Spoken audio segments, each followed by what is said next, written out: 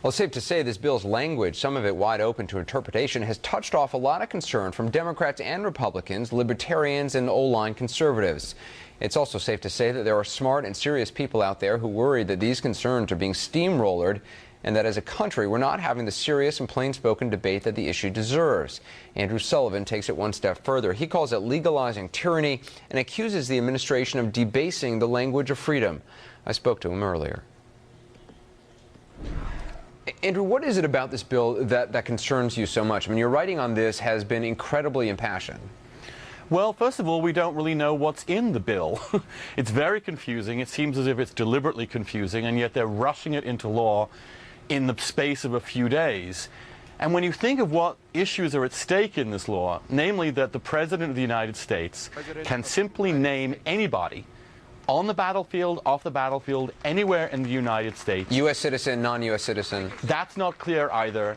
Name them an illegal enemy combatant, detain them indefinitely without charges, and torture them by any usual sense of the word torture, at will. I mean, the last person to be able to do this in America was King George III, and I can't believe that we are now returning to that with congressional backing. You say whatever else this is, it is not a constitutional democracy. It is a thinly veiled military dictatorship subject to only one control, the will of the great decider. And the war that justifies this astonishing attack on American liberty is permanent, without end. Yes. The amazing thing about the provision as we now see it is that only one person, not the law, not the Congress, and no courts, only one person, the President, has the right to decide who is going to be detained. Not only that, but he can detain that person indefinitely. At best, they may get a military court at some point. They certainly have no habeas corpus rights, which goes right way back to Magna Carta, and they can be subject to being tortured. It is amazing that the U.S., you know, the President Bush still says America doesn't torture. Well, the meaning of the word torture in the English language and under law is severe mental or physical pain or suffering. Now, if you strap somebody to a board upside down and pour water over their face or dunk their head in water till they're about to drown, then bring them out, and you do that repeatedly and repeatedly, it's torture. It was done by the KGB. It's documented by Alexander Solzhenitsyn in the Gulag Archipelago. It's now being practiced, and has been practiced, we know, by the President of the United States. And in the negotiations with Senator McCain, they left this up to the discretion of the President. You know, your critics will say you sound like a liberal on this. You say this is actually an issue that conservatives should get behind. Look, conservatives have always believed that the most important thing in politics is protecting the individual from excessive government power. And whenever conservatives say to me, I'm a liberal, I say to them two words: President Hillary. What if this law will allow presidents from now forever in this indefinite war to detain anybody at will for any reason? The potential for abuse of this power is enormous.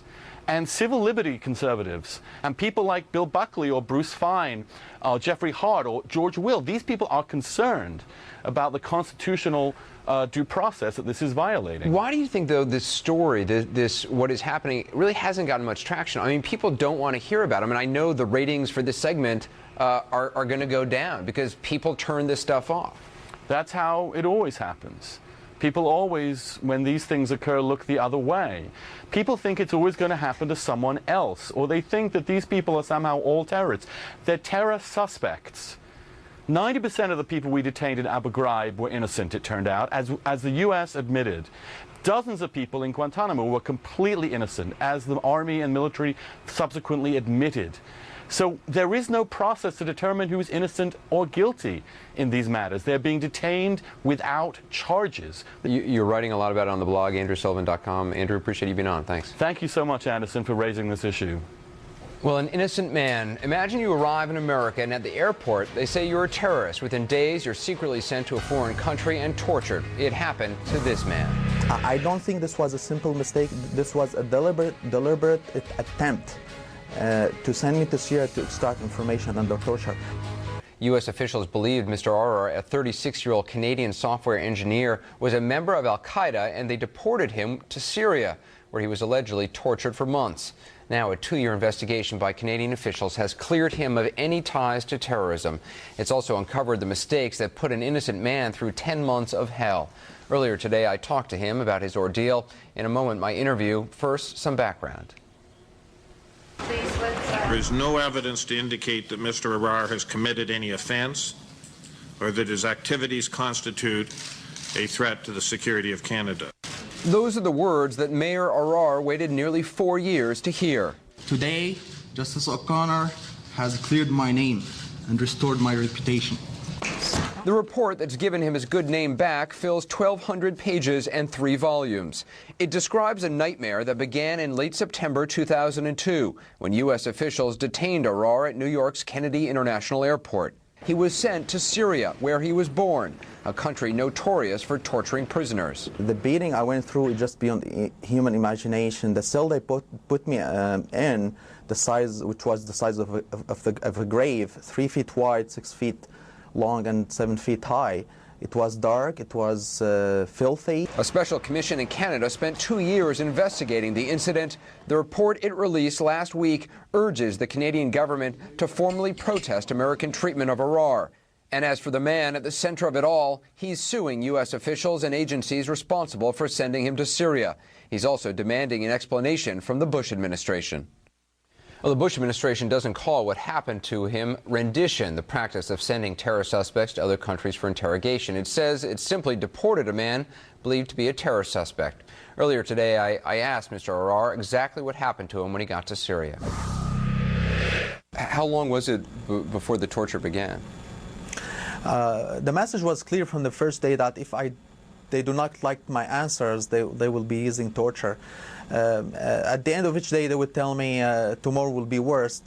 So next day, they actually started the beating with a cable. Out of nowhere, the interrogator came into the interrogation room and he started beating me. What cable? What do you mean? Well, it's a black cable, and he asked me to open my right palm. I opened it, and he hit me with it. And you know, it was extremely humiliating because I was never beaten in my life, not even a slap on the face, you know. So the pain, that, just to give you an idea about the pain, it's so painful and intense to the point where you really forget every enjoyable moment in your life. And you're willing to say just about anything. Well, yes. You know, when the beating becomes intense to the point where you can't take it, you just tell them what they would like to hear. How long was it before you gave a false confession? Well, it's the third day. The most intensive day was the third day. I can tell you that the interrogation lasted anywhere between 16, I would say, to 20 hours. And 16 to 20 hours you were interrogated for at a time? 16 to 20 hours approximately. The beatings, of course, on and off. Sometimes they would put me in a room alone where I could hear other prisoners being tortured. And that was psychological torture on its own. It's just beyond human imagination, frankly. Did you think you would ever get out alive? You know, I had weak moments where I really wanted to commit suicide because I couldn't take it anymore. But I think what kept me going through all of this is my faith and the hope that one day I will be released. I want to read you something that the U.S. Justice Department has said. They said you're a Syrian national who was deported. They don't say you weren't a subject of rendition. They say you were deported, and that, quote, that the U.S. government received what they believed to be reliable assurances that you would be treated humanely, consistent with international treaties and conventions. You think that's a lie? Well, the deportation process they use is a disguise. You know, if you compare what happened to me to the other stories that we've heard over the past 3 years, it's clearly, it follows the pattern of rendition. You're suing, I know. What is it you want? I mean, obviously monetary compensation for what you've been through, but you want someone to apologize. Through the lawsuit that I've launched, you know, just to remind everyone, the lawsuit was dismissed last year by a federal judge, but we are appealing. And most importantly, what I want to hold those people accountable. I want to hold those American officials who sent me to Syria accountable so that this doesn't happen to any other person. That's the most important objective I have.